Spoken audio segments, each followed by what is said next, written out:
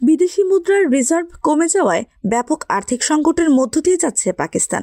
এই পরিস্থিতিতে দারুণ এক সুখবর দিয়েছেন দেশটির পাঞ্জাব প্রদেশের সাবেক খনিমন্ত্রী ইব্রাহিম হাসান মুরাদ। পাঞ্জাবের আটকে 28 লাখ ভরি সোনার খনির সন্ধান পাওয়া গেছে, যার বর্তমান বাজার মূল্য 8,000 কোটি পাকিস্তানি রুপি। প্রায় 32 কিলোমিটার জুড়ে ওই স্বর্ণের খনি বিস্তৃত। সামাজিক যোগাযোগ মাধ্যম এক্সে পোস্ট করা এক বার্তায় ইব্রাহিম হাসান মুরাদ বলেন, সিন্ধু নদের পাঞ্জাব অংশের অববাহিকা এলাকা 32 কিলোমিটার জুড়ে বিস্তৃত এই খনিতে অন্তত প্রায় 33 টন স্বর্ণ মজুত রয়েছে বলে ধারণা করা হচ্ছে। দেশের বর্তমান বাজারে এই পরিমাণ স্বর্ণের দাম 8,000 কোটি পাকিস্তানি রুপি। সিন্ধু নদের পাঞ্জাবের তীরবর্তী অঞ্চলের 127টি জায়গার নমুনা সংগ্রহ ও তা পরীক্ষার মাধ্যমে এই সিদ্ধান্তে এসেছে জিএসপি। বর্তমান প্রাদেশিক খনি ও খনিজ মন্ত্রী সর্দার শের আলী গোরজানি 28 লাখ তোলা স্বর্ণের খনি পাওয়ার বিষয়টি নিশ্চিত করেছেন।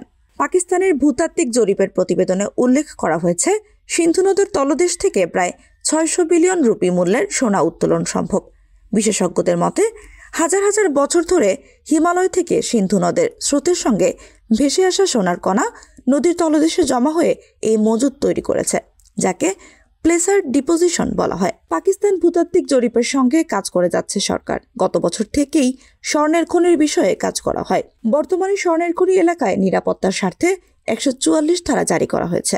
গোরজানি আরও বলেন, এটাকে আবিষ্কৃত সোনা 1 মাস পর নিলামে তোলা হবে এবং আন্তর্জাতিকভাবে বিজ্ঞাপন দেওয়া হবে। মজুদ নিলামের বিষয়ে বিধিমালা প্রণয়ন করা হয়েছে এবং অ্যাজকের জেলা প্রশাসকের সভাপতিত্বে একটি নিলাম কমিটি গঠন করা হয়েছে।